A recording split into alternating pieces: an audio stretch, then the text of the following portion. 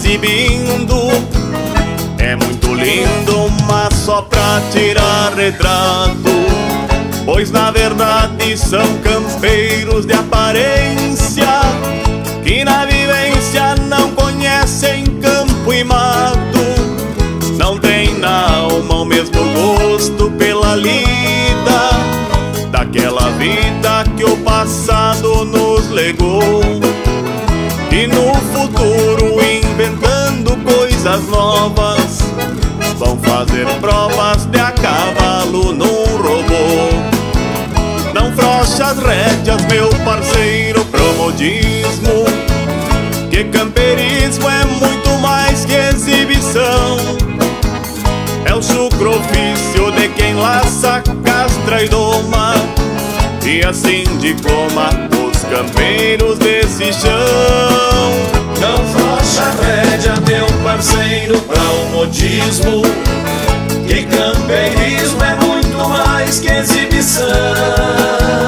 É o chucro ofício de quem laça, castra e doma, e assim diploma os campeiros desse chão.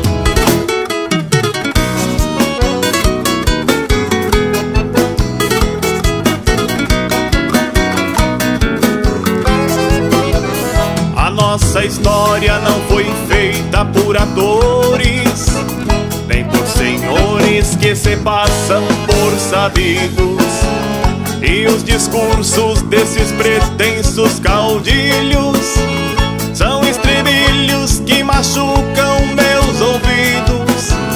Mas nosso povo tem orgulho e tem memória, pra ilusória moda boba não dá trela.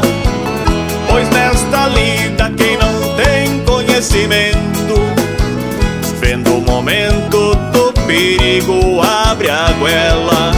Não frouxa as rédeas, meu parceiro, pra o modismo, que campeirismo é muito mais que exibição. É um chucro ofício de quem laça, castra e doma, e assim diploma os campeiros desse chão. Não frouxa a rédea, meu parceiro, pra o modismo, que campeirismo é muito mais que exibição. É o chucro ofício de quem laça, castra e doma, e assim diploma os campeiros desse chão.